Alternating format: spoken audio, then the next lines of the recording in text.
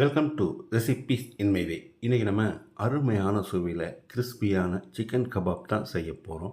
ரொம்ப சுலபமாக இதை எப்படி செய்கிறது, இதுக்கு தேவையான பொருட்கள் என்ன பார்க்கலாம் வாங்க. 3/4 கிலோ சிக்கன் எடுத்திருக்கேன். ஒரு கைப்பிடி அளவு புதினா இலை, அதே அளவுக்கு நறுக்கின மல்லி இலை, 4 பச்சை மிளகாய், காரம் அதிகமாக வேணும்னா இன்னொன்று சேர்த்துக்கோங்க. 10 பல் பூண்டு, 2 இன்ச் அளவுக்கு இஞ்சியை சேர்த்து அரைச்செடுத்து சிக்கனில் ஊற்றிக்கலாம்.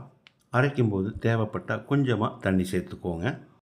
1/2 டீஸ்பூன் மஞ்சள் தூள், 2 டீஸ்பூன் மிளகாய்த்தூள்,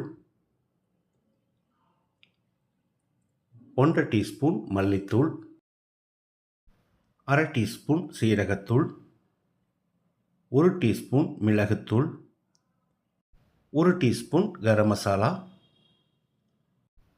1/2 டீஸ்பூன் சோம்பு, 3 டேபிள் ஸ்பூன் கார்ன்ஃப்ளோர்,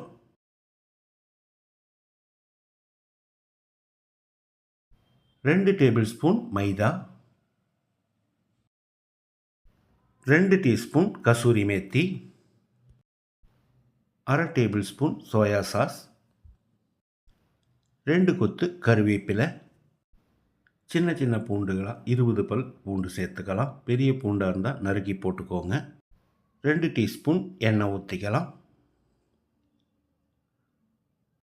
ஒரு முட்டையை உடைச்சி ஊற்றிக்கலாம்.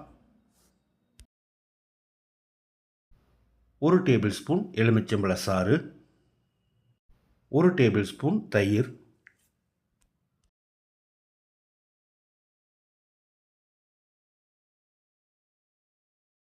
சோயா சாஸ் சேர்த்துருக்கிறதால 2 டீஸ்பூன் அளவுக்கு உப்பு சேர்த்துக்கலாம்.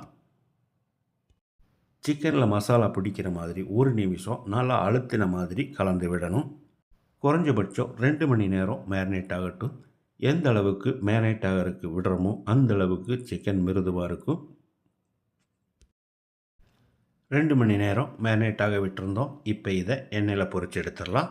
நான் ஏற்கனவே எண்ணெய் காய வச்சுருக்கேன். வாணலியில் ஊற்றிருக்கிற எண்ணெய்க்கு தகுந்த மாதிரி அளவாக போட்டு எடுத்துக்கலாம்.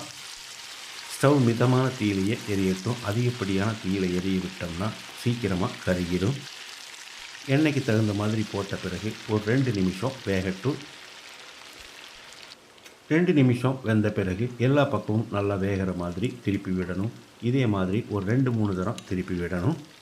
இது முழுமையாக வேகிறதுக்கு ஒரு 5-6 நிமிஷம் பிடிக்கும்.